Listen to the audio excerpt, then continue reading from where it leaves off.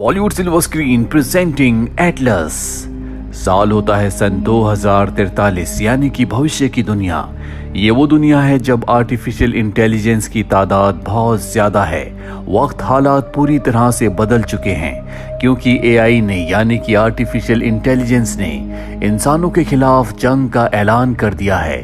वो हर एक मशीन जो एआई से चलती है अब वो इंसानों के खिलाफ है और इस पूरी जंग को जो लीड करता है, जिसने इस पूरी जंग को शुरू किया है, उस एआई रोबोट का नाम है हर्लिन।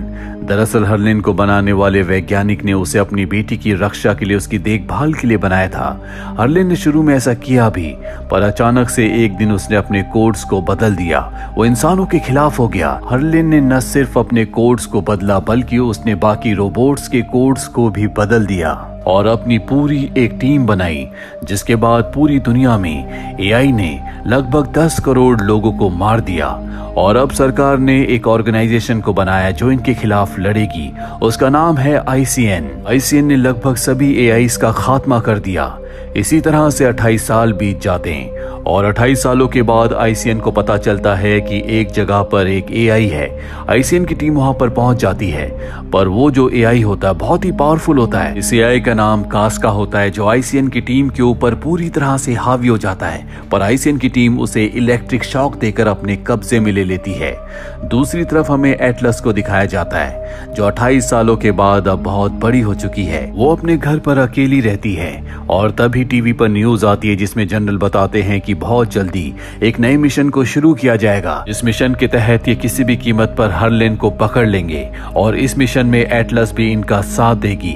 दरअसल एटलस भी अब आईसीएन के लिए काम करती है और जनरल को उस पर बहुत भरोसा है, इसीलिए एटलस को अपने पास बुलाते हैं और कहते हैं कि तुम कास्का की इन्वेस्टिगेशन करो।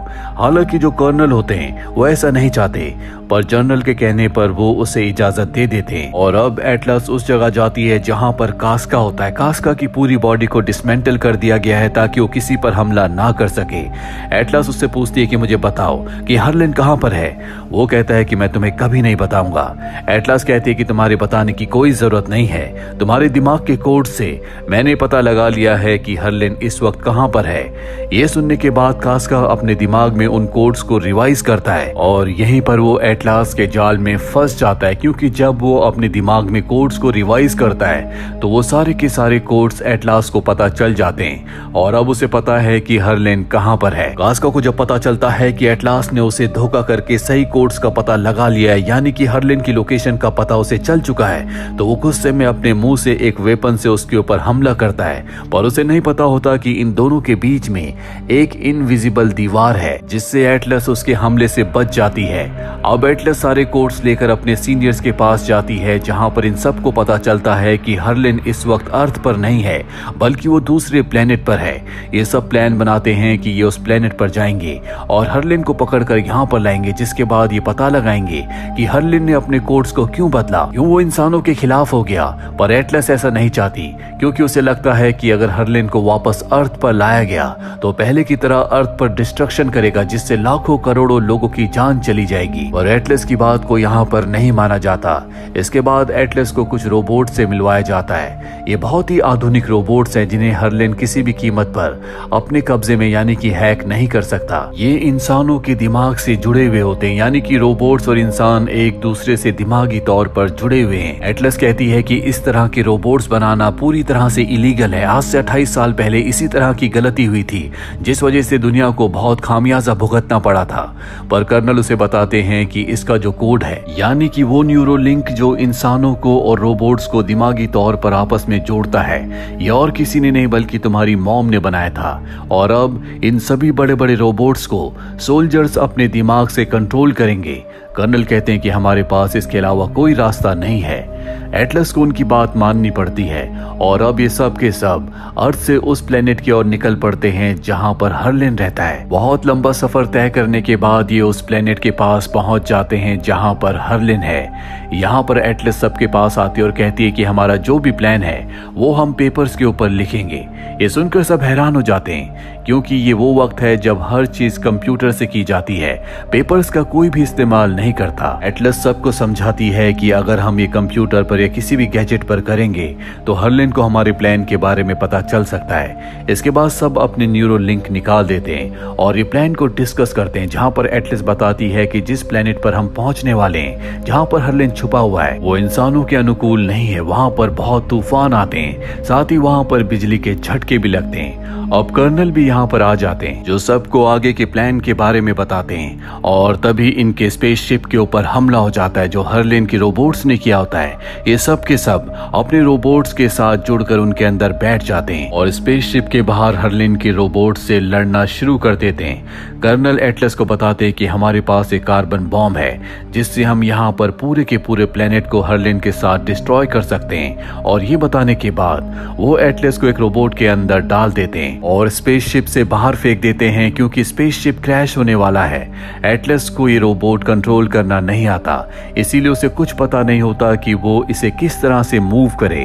तभी वो देखती है कि उन्हीं का स्पेसशिप उसके ऊपर क्रैश होने वाला है और उन्हीं की एक सोल्जर उसे बचा लेती है। जिसके बाद कर्नल उसके पास आते और कहते हैं कि तुम्हें इस रोबोट को न्यूरो लिंक से यानी कि अपने दिमाग से कनेक्ट करना होगा, पर वो ऐसा नहीं करना चाहती।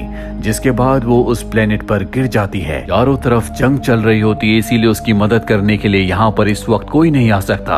अब वो जिस रोबोट के अंदर बैठी है वो उसे कहता है कि तुम्हें मुझे अपनी न्यूरो लिंक यानी कि दिमाग से कनेक्ट करना होगा, पर एटलस ऐसा नहीं करती। वो उसे मैन्युअली कंट्रोल करने की कोशिश करती है। जिसके बाद उसका रोबोट उसे अपने बारे में कुछ बताता है और अब एटलस उसे वॉक करते हुए उस जगह तक जाने की कोशिश करती है जो इन सब का रेस्क्यू पॉइंट है। उस दूर जाने के बाद वो देखती है कि उसके साथ जितने भी सोल्जर्स आए थे उन सब के रोबोट्स वहां पर नीचे गिरे हुए हैं। उनके अंदर जितने भी सोल्जर्स होते हैं सबकी मृत्यु हो चुकी है।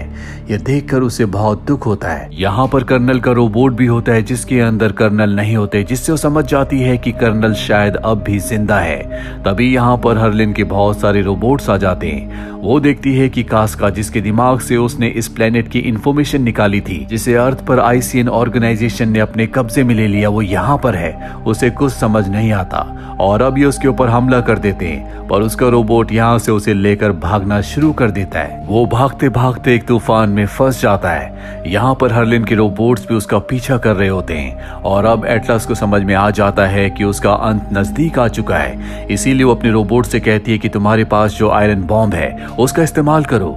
उसका रोबोट कहता है कि नहीं, मैं ऐसा नहीं कर सकता, अगर मैंने ऐसा किया तो धरती फट जाएगी। पर एटलस कहती है कि तुम्हें ऐसा करना होगा और अब उसका रोबोट यहाँ पर आयरन बॉम्ब को ब्लास्ट कर देता है। जिसके बाद उसके आसपास जितने भी हर्लिन के रोबोट्स होते हैं सब के सब डिस्ट्रॉय हो जाते हैं। पर अब भी उसके सामने कास्का है जिसके हाथ में गन है, पर इससे पहले कि वो गन से हर्लिन और उसके रोबोट के ऊपर हमला करता, वहां की जमीन धंस जाती है जिससे एटलस, जो कि अपने रोबोट के अंदर बैठी हुई है, वो जमीन की गहराइयों में गिरना शुरू कर देती है। ये जमीन के बहुत अंदर गिर जाते हैं और गिरने की वजह से एटलस का पैर फ्रैक्चर हो जाता है और उसका रोबोट उसकी मदद करता है, उसके पैर को रिपेयर करता है, साथ ही उसे कुछ खाने के लिए देता है। यहाँ पर एटलस जो रोबोट्स के ऊपर पूरी तरह से अविश्वास करती है, यानी कि उसे किसी भी रोबोट पर कोई भरोसा नहीं है, क्योंकि बचपन में हर्लिन रोबोट जो उसके पिता ने उसके लिए बनाया था उसने उसे धोखा दिया था। पर अब यहाँ पर उसकी अपने इस नए रोबोट के साथ दोस्ती हो गई है।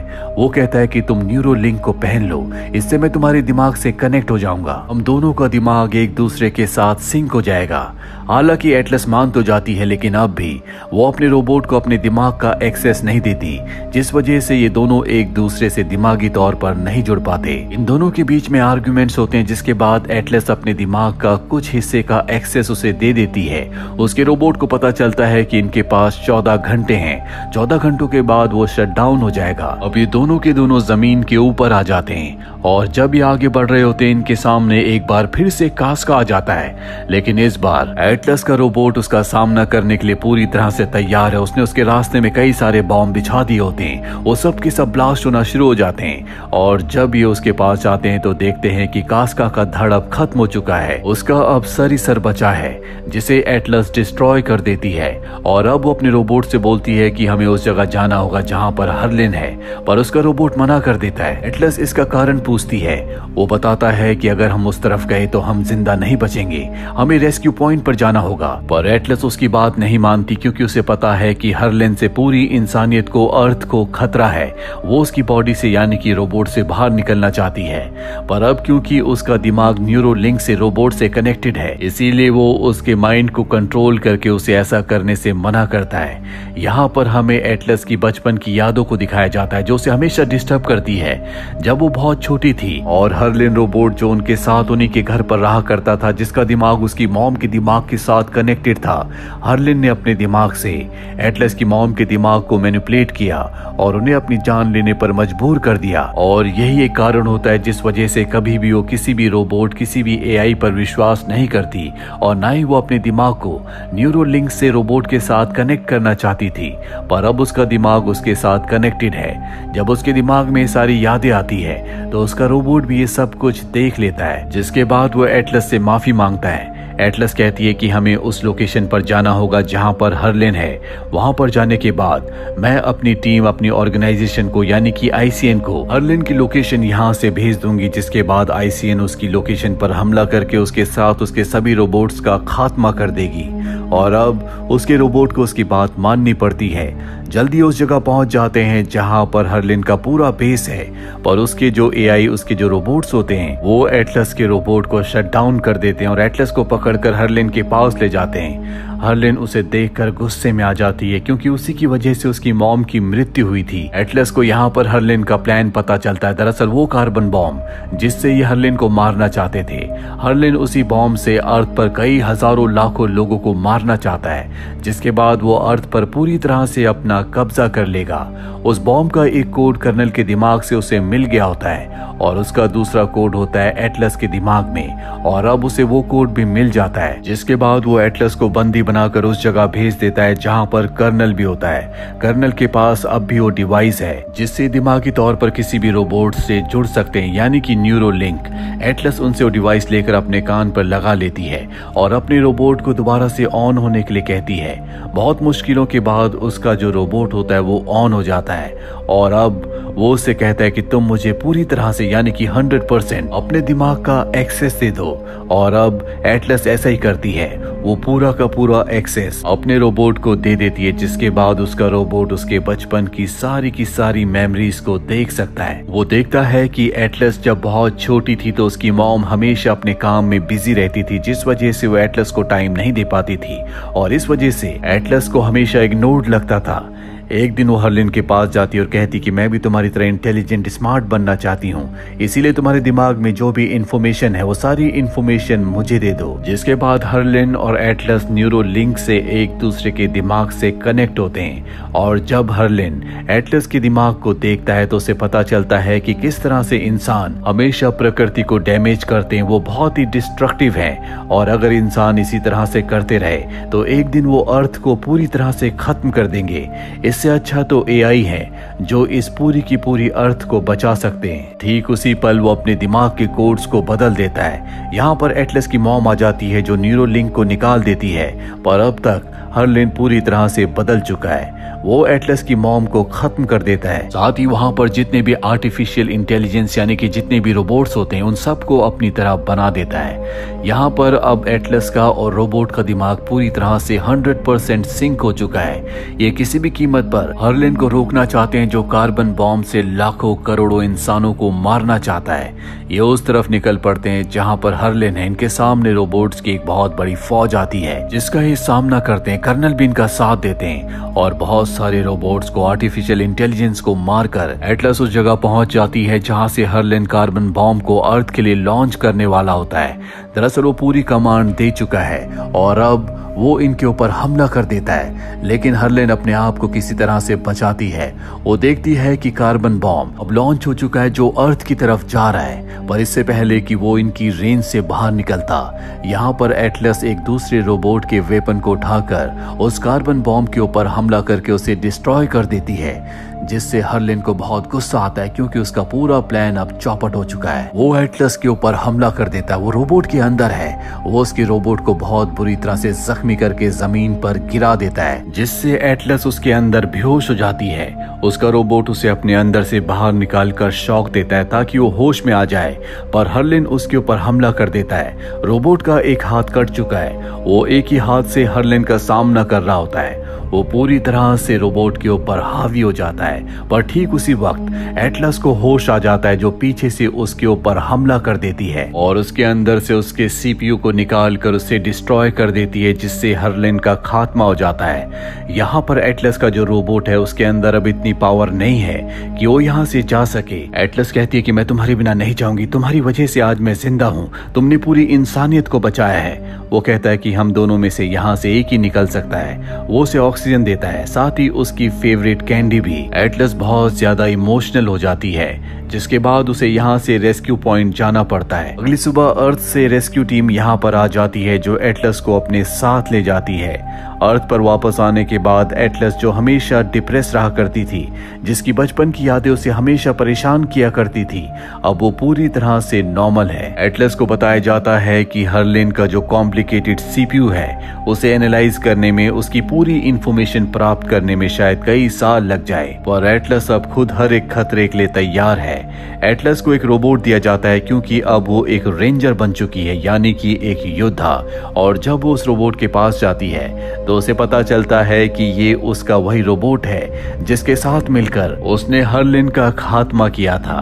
ये जानकर वो बहुत खुश होती है। दरअसल उसके रोबोट के प्रोग्राम को बचा लिया गया था और उसे पूरी तरह से ठीक करके एक बार फिर से पहले की तरह तैयार कर दिया गया है। ये जानकर उसे बहुत खुशी होती है। इसी के साथ ये फिल्म, ये कहानी यहीं पर खत्म हो जाती है। उम्मीद करते हैं कि ये कहानी आपको पसंद आई होगी।